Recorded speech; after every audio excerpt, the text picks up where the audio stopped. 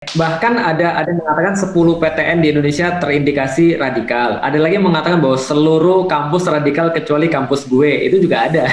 Tapi oke lah, balik lagi ke tempat kita bicara. IPB itu benar-benar kampus yang sangat Islami. Dan saya pikir ketika saya masuk ke sana itu bahkan mungkin IPB lebih Islami daripada UIN mungkin di Jakarta. Itu tentu saja sebuah penilaian yang bersifat subjektif tentu saja. Kenapa bisa begitu? Karena hampir semua orang yang datang sana kerudungan. Dan saya masih ingat sekali ketika saya masuk ke IPB itu di awal-awal baru masuk sekali kuliah, kakak kelas itu langsung datang lalu mengarahkan kami akan bentuk rohis di kelas ini. Silahkan ikhwan sebelah kiri, akhwat sebelah kanan. Lah saya bukan Islam, bingung ikhwan apa, akhwat apa. Saya kedengarannya Iwan bapak saya gitu. Maksudnya apa? Saya bilang saya nggak sangat-sangat Islami sekali. Nah, tapi itu ternyata merupakan sebuah kebaikan ya, sebuah chance yang diberikan atau ya bagi saya adalah jalan hidup saya yang paling berarti salah satunya. Saya potong sedikit, waktu itu Ustadz masuk IPB itu karena undangan, karena ikut tes atau karena apa? Namanya waktu itu USMI, undangan saringan masuk IPB, jadi tidak tes. Oke, silakan Jadi terus Pak. Ya, setelah kita masuk sana, alhamdulillah kita mendapatkan seperti apa gambaran Islam yang saya nggak pernah dapat ketika saya di Palembang. Mohon maaf, bukan saya menjelekkan Palembang, tapi ketika saya di Palembang, gambaran Islam yang saya dapat adalah gambaran Islam yang membuat saya justru ilfil dengan Islam. Kenapa? Karena waktu itu saya belum membedakan antara Islam dan Muslim. Yang saya lihat ya Islam itu ya Muslim. Karena saya melihat gambaran Islam dari Muslimnya, saya menganggap nggak ada yang ini pasti bukan agama yang benar. Lah kenapa orangnya ngeri-ngeri banget gitu kan ya? Nah, maka ketika saya masuk ke IPB, saya mendapatkan kesempatan untuk diperlihatkan, dieksporkan bagaimana sih sebenarnya Muslim itu. Dari situ saya baru ngerti, oh ternyata Islam itu bukan hanya agama ritual seperti yang saya bilang di awal. Oh ternyata Islam itu mengatur segalanya. Dan poin yang paling penting adalah ketika saya membuktikan bahwa Al-Quran itu adalah satu-satunya kitab yang punya argumen, yang punya proof, yang punya bukti. Dimana kemudian saya nggak mendapatkan itu pada yang lain. Ketika saya menemukan proof itulah, maka saya memutuskan saya akan masuk Islam. Ketika saya keluar dari sekolah, keluar dari Palembang, saya kondisinya ateis. Saya kondisinya nggak punya agama. Karena saya nggak puas dengan agama saya yang lama, saya keluar dari agama saya yang lama, saya jadi ateis. Lalu kemudian pindah lagi jadi agnostik. Percaya dengan Tuhan tapi nggak yakin dengan agama. Nah, setelah masuk ke IPB, saya membaca banyak sekali buku-buku Islam, lalu kemudian bersentuhan dengan orang-orang Muslim, sempat mencoba puasa sebelum saya masuk Islam, dan titik temunya adalah ketika saya berdiskusi dengan Ustadz Fatih Karim. Kita diskusi dari Ba'da Isya sampai ke subuh, akhirnya kemudian sebelum subuh, saya mengatakan bahwa saya sudah dan saya mau untuk masuk Islam.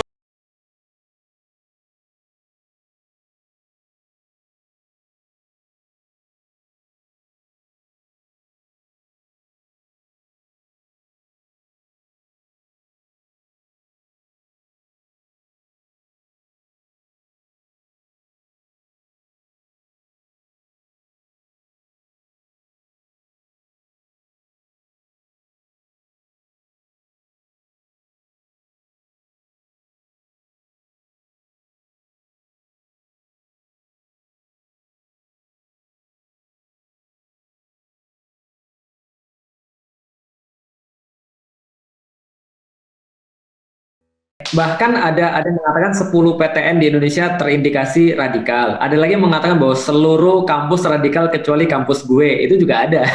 Tapi oke lah, balik lagi ke tempat kita bicara. IPB itu benar-benar kampus yang sangat Islami. Dan saya pikir ketika saya masuk ke sana itu bahkan mungkin IPB lebih Islami daripada UIN mungkin di Jakarta. Itu tentu saja sebuah penilaian yang bersifat subjektif tentu saja. Kenapa bisa begitu? Karena hampir semua orang yang datang sana kerudungan. Dan saya masih ingat sekali ketika saya masuk ke IPB itu di awal-awal baru masuk sekali kuliah, kakak kelas itu langsung datang lalu mengarahkan kami akan bentuk rohis di kelas ini. Silahkan ikhwan sebelah kiri, akhwat sebelah kanan. Lah saya bukan Islam, bingung ikhwan apa, akhwat apa. Saya kedengarannya Iwan bapak saya gitu. Maksudnya apa? Saya bilang saya nggak sangat-sangat Islami sekali. Nah, tapi itu ternyata merupakan sebuah kebaikan ya, sebuah chance yang diberikan atau ya bagi saya adalah jalan hidup saya yang paling berarti salah satunya. Saya potong sedikit, waktu itu Ustadz masuk IPB itu karena undangan, karena ikut tes atau karena apa? Namanya waktu itu USMI, undangan saringan masuk IPB, jadi tidak tes. Oke, silakan. Jadi terus Ustaz. Ya, setelah kita masuk sana, alhamdulillah kita mendapatkan seperti apa gambaran Islam yang saya nggak pernah dapat ketika saya di Palembang. Mohon maaf, bukan saya menjelekkan Palembang, tapi ketika saya di Palembang, gambaran Islam yang saya dapat adalah gambaran Islam yang membuat saya justru ilfil dengan Islam. Kenapa? Karena waktu itu saya belum membedakan antara Islam dan Muslim. Yang saya lihat ya Islam itu ya Muslim. Karena saya melihat gambaran Islam dari Muslimnya, saya menganggap nggak ada yang ini pasti bukan agama yang benar. Lah kenapa orangnya ngeri-ngeri banget gitu kan ya? Nah maka ketika saya masuk ke IPB, saya mendapatkan kesempatan untuk diperlihatkan, dieksposurkan bagaimana sih sebenarnya Muslim itu. Dari situ saya baru ngerti, oh ternyata Islam itu bukan hanya agama ritual seperti yang saya bilang di awal. Oh ternyata Islam itu mengatur segalanya. Dan poin yang paling penting adalah ketika saya membuktikan bahwa Al-Quran itu adalah satu-satunya kitab yang punya argumen, yang punya proof, yang punya bukti. Di mana kemudian saya nggak mendapatkan itu pada yang lain. Ketika saya menemukan proof itulah, maka saya memutuskan saya akan masuk Islam. Karena ada proof. Apa proofnya? Proofnya begini ceritanya. Proof Contoh, proof itu kalau bukan, kita bukan diberhentikan, provokator ya. Proof itu bukan provokator. bukan. Proof. Kalau Bang Refli biasanya kalau pas jadi pengacara itu kan harus pasti ada proof, ada argumen untuk membantah atau untuk bisa menguatkan pendapat kita. Nah, maka sebenarnya agama itu juga sama. Andaikan kita di stop sama polisi di tengah jalan. Lantas, kenapa kita mau berhenti? Karena kita melihat proof pada polisi itu. Misalnya contoh dia pakai seragam, dia bawa surat tugas, dia bawa pistol, itu salah satu proofnya. Dia kemudian ngomong dengan cara polisi dan segala macam. Itu proof yang dia punya. Tapi kalau dia yang nyetop kita pakai baju kayak saya, kita nggak akan mau berhenti dong, karena kita nggak mendapatkan proof. Setiap petugas dari Allah itu selalu bawa proof. Musa punya proof membelah lautan. Isa punya proof. Yesus punya proof untuk bisa ngidupin orang mati. Lalu kemudian nabi-nabi yang lain punya proof semuanya. Nabi Muhammad proofnya apa? Al-Quran. Apa proof yang ada di dalam Al-Quran? Ada banyak tantangan di dalam Al-Quran. Contohnya misalnya surat Al-Baqarah ayat 23. Wa in kuntum fi raibim mimman nazzalna ala abdina fa'tu bi suratin min misli. Dan bila kalian tetap dalam keraguan dengan apa yang kami turunkan terhadap hamba kami Muhammad, maka datangkanlah satu surat yang semacamnya. Jadi apa kemudian proofnya Islam? Al-Quran. Al-Quran ini adalah kitab yang sangat informatif, yang secara gramatika tidak mungkin dibuat oleh manusia. Maka ketika dia tidak mungkin dibuat oleh manusia, maka sampai akhir zaman dia jadi proof untuk kebenaran Islam. Beda dengan yang lain, Musa punya proof ketika dia membelah lautan dan masih megang tongkat. Begitu Musa wafat, tongkatnya kemudian ikut kehilangan khasiatnya. Isa juga sama. Ketika dia masih hidup, proofnya ada. Ketika dia sudah diangkat, walaupun juga sekarang masih ada, masih hidup, tapi proofnya sudah nggak ada lagi. Begitu pun juga dengan nabi-nabi yang lain, Sulaiman, Daud, dan segala macam. Proofnya sudah nggak ada. Satu-satunya agama yang masih punya proof adalah agama Islam dengan Al-Qurannya. Nah itu yang kemudian membuat saya masuk Islam. Karena saya nggak bisa mendatangkan yang semacam dengan Al-Quran. Karena saya nggak bisa menemukan satupun kitab yang seinformatif,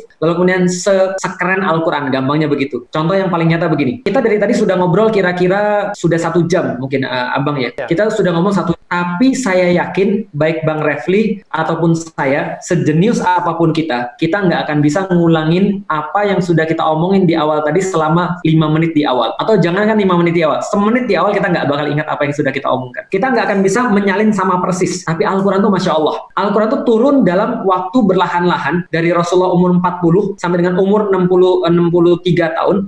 Sampai umur dengan umur beliau adalah 63 tahun kemudian meninggal. Turun dengan perlahan-lahan. Tapi kemudian semua letak-letaknya, semua ayat-ayat yang turun itu tidak pernah bertentangan dengan satu ayat yang lain. Bahkan menguatkan apa yang sudah muncul yang lalu. Bahkan memberikan spesifikasi tanpa kemudian Rasulullah pernah menuliskan itu sama sekali. Jadi mujizat omongannya itu keren banget. Jadi itu luar biasa. Itu yang nggak bisa didatengin dan nggak bisa untuk direproduksi sama seperti semacam. Nah pengetahuan ini ketika usia 18 tahun 2002 itu karena membaca atau karena dimentorin? Ketika saya keluar dari sekolah, keluar dari Palembang, saya kondisinya ateis. Saya kondisinya nggak punya agama. Karena saya nggak puas dengan agama saya yang lama, saya keluar dari agama saya yang lama, saya jadi ateis. Lalu kemudian pindah lagi jadi agnostik. Percaya dengan Tuhan tapi nggak yakin dengan agama. Nah, setelah masuk ke IPB, saya membaca banyak sekali buku-buku Islam, lalu kemudian bersentuhan dengan orang-orang Muslim, sempat mencoba puasa sebelum saya masuk Islam, dan titik temunya adalah ketika saya berdiskusi dengan Ustadz Fatih Karim. Kita diskusi dari Ba'da Isya sampai ke subuh, akhirnya kemudian sebelum subuh saya mengatakan bahwa saya sudah dan saya mau untuk masuk Islam. Hari itu juga? Hari itu juga.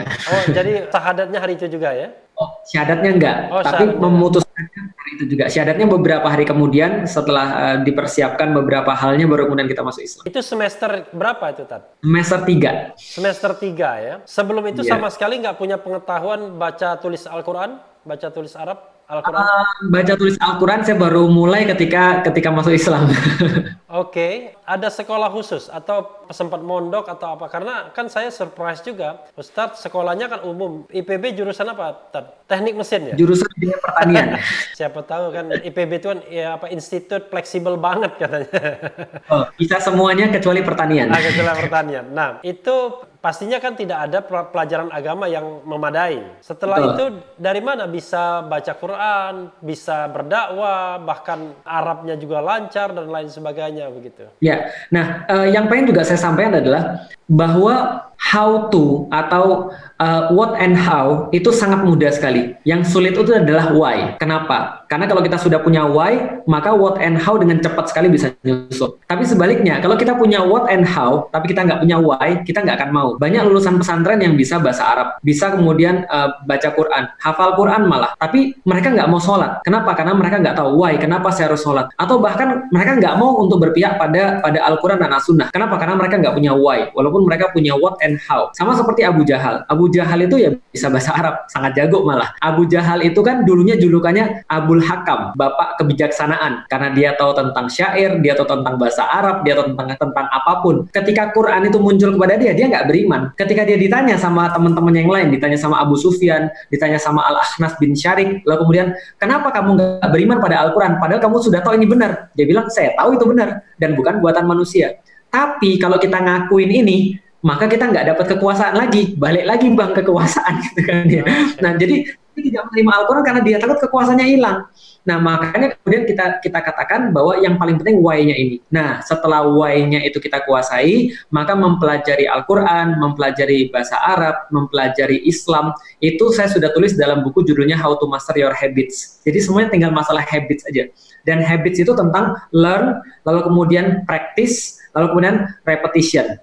Itu aja, diulang-ulang terus. Learn, practice, repetition. Learn, practice, repetition. Ujungnya jadi habit. Kalau sudah kemudian kita puterin terus. Ini mandiri dilakukan oleh Ustadz? Atau ada... Ada guru. Oh, ada gurunya? Oh, jadi ada gurunya, alhamdulillah. Jadi semacam private ya? Ya, jadi kalau dari dulu semenjak masuk Islam. Ya, tidak mondok. Ya. Semenjak masuk Islam sampai sekarang, saya selalu ada guru yang membimbing. Dan pelajaran itu tidak harus mondok, walaupun yang ngajarin saya ya kebanyakan sebagian besar itu mondok, bahkan ada yang punya pesantren gitu kan ya. Jadi tetap aja harus ada guru, karena belajar tanpa guru itu tidak mungkin untuk menguasai sesuatu tanpa guru.